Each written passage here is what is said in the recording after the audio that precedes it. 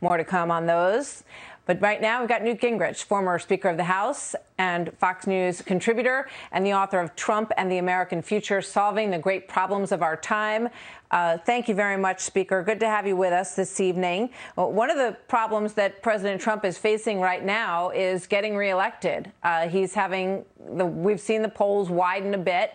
What would be your advice to him now with 25 days to go? I think he has a clear path to a very large victory. It starts by simply continuing to pressure Biden over whether or not he would pack the court. 2/3 of the American people are deeply opposed to packing the court. The radical left, the base of the Democratic Party, is deeply committed to packing the court. And that's why he and Kamala Harris keep hiding. So I think just driving away at the idea this guy either is afraid or for some other reason won't tell the rest of us the truth. I think that's beginning to take an impact. And it's the first time in this election that I've seen the news media actually go after Biden. I had never seen him do it until the last couple of days. Second, Trump has a very simple argument to win.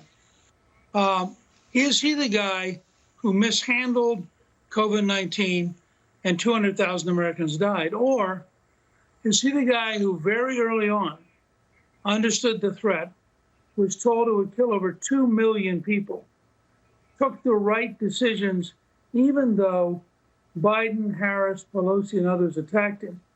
And as a result, Donald Trump saved over 2 million lives. Now, the answer to that choice is a very big part of what this campaign's about in these last 3 weeks. Yeah, I think you're right about that.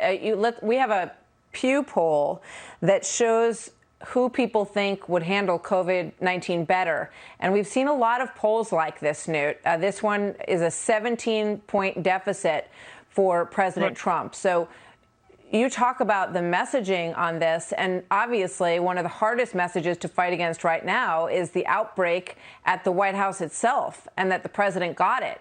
And a lot of people look at that and they wonder, if you can't keep it out of your own house, how are you going to keep it out of my house, is sort of the thing that he's fighting against right now. What do you think? Well, I think that's part of the challenge. This is a Chinese virus. It came in a way we did not expect. When the president took the right steps to save millions of lives, it was Pelosi, Biden, Harris, and other Democrats who attacked him, ridiculed him, called him names, but he was right. And so he's probably 2 million people are alive today because Donald Trump didn't listen to Joe Biden or to Nancy Pelosi. In 2 of the states that have had the most deaths, New York and New Jersey, it's Democratic governors who did exactly the wrong thing. There's no question that Governor Cuomo, for example, ended up with policies that killed somewhere between 6 and 12 million senior citizens. Yeah. Governor Murphy was far behind.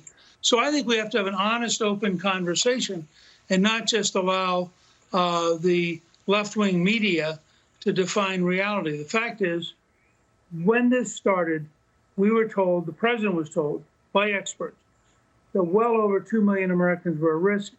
He took very bold decisions, and as a result, may have saved 2 million lives. So let me ask you about the debate strategy, because now they're down to only 2. The first one was a rough one, as has been well documented. So the president, I was just told by Jason Miller that he is going to do some kind of town hall event with to-be-named networks, not Fox, next week on that Thursday night when that debate would have taken place. So how do you take advantage of the time left? What do you think about the commission and the way that this middle debate that is now lost was handled? Well, look, I just wrote a newsletter at Gingrich 360, which is available for free. We're, I think, releasing it tomorrow morning, calling for abolishing the commission. What the commission has done was deliberately, totally undermine the president of the United States. Look, first of all, at who they picked as moderators, consistently Democrats, consistently Washington insiders. Look, second, at the fact that they changed. Well, Chris Wallace would take issue with that, as you know, and And we think you did an excellent job. Go ahead. No, I'm just saying, if you take the moderators in general, I mean, the next moderator, who I like personally, Steve Scully, is a wonderful guy, but he was an intern for Biden. He was an intern for Teddy Kennedy. You have to take some seriousness about this. The last moderator, who's a terrific reporter, did write a very glowing biography of Nancy Pelosi. You don't see you or Tucker Carlson or Sean Hannity. You see nobody on the right ever offered by the commission as a potential moderator.